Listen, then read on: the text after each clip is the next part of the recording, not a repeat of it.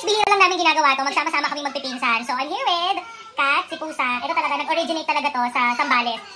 Kita talaga to. Pakibuksan lang yung ilaw para naman daw hindi nakakahiya na nag-raid kami ng bahay. I'm with my sister, of course, Rika. All the way from Abu Dhabi. My God, my cousin, the ever beautiful Marge. Okay, so nandito kami ngayon sa pinsan ko. They are working. Ayan, ganun lang. Mabilis na silip lang, okay? Ang gagawin namin is magre-ref raid kami. Kasi yung mga ganito nagagawa lang to sa mayayaman. Okay, so parang may nakita kaming 2-door na ref. So ngayon, magre-raid tayo. Marge, can you do the honor?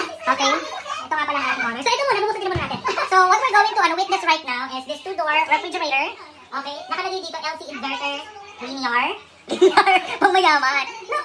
Okay, so ganito talaga ang mga Pinoy. Pagka talagang may ref talaga, hindi mo maintindihan kung bakit dinudumihan yung ref. Okay, may mga, hindi naman magaganda yung mga nakalagay. Wala namang kalatoy-latoy. Okay, so dito magkakaalaman kung talagang sumakses na sa buhay ang pinsan mo. Depende sa laman ng refrigerator, okay?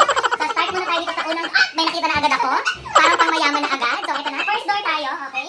Yan, ito, freezer na to agad. So sa freezer nakakaalaman kung may butter pero walang steak. Ano to? Para saan to? Naku ha? May ice cream. Ay naku, duda ako pag mga gantong ice cream. Pag binubuksan to, either tilapia to o galunggong. Tignan mo muna. Okay, kinakabahan ako. Dalawa, o ito, isang galunggong, isang tilapia. Tama ba? Ayan.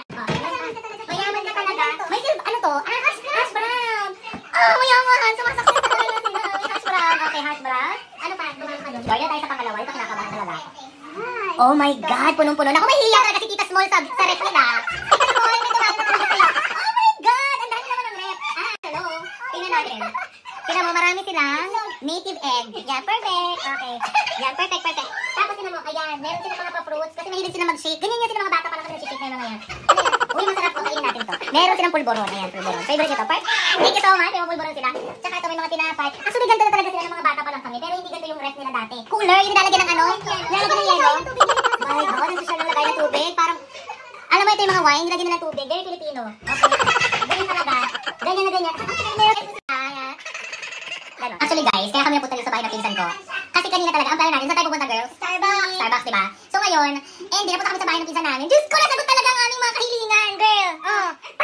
Andito ang sagot. Paano mag-gamitin? Nakapait pa kami ng tubig dito? Paano yung gamit? Diba? Comment lang gamitin, magpala. Huwag na namin gamitin, nagbira lang tayo. Huwag mabilis yung gamit dito. So first, eto na nga. Ladies and gentlemen. Sige. Eto na to. Ano hula mo? Ano isda? Galunggong, ikaw. Sap-sap. Yung pink. Dalagang bukid, ikaw. Gigi. O ako. Pampano naman. Sosyalin niyo mga. Ay, pampano dyan? Ay, hindi. Ano to? Hindi ka siya pampano. Hindi, kinati-hati na yung pampano. Okay. Sap-sap. Okay, sige, sap-sap. Okay na. Okay. Girl, buksan na yan. Buksan na yan! Dinner,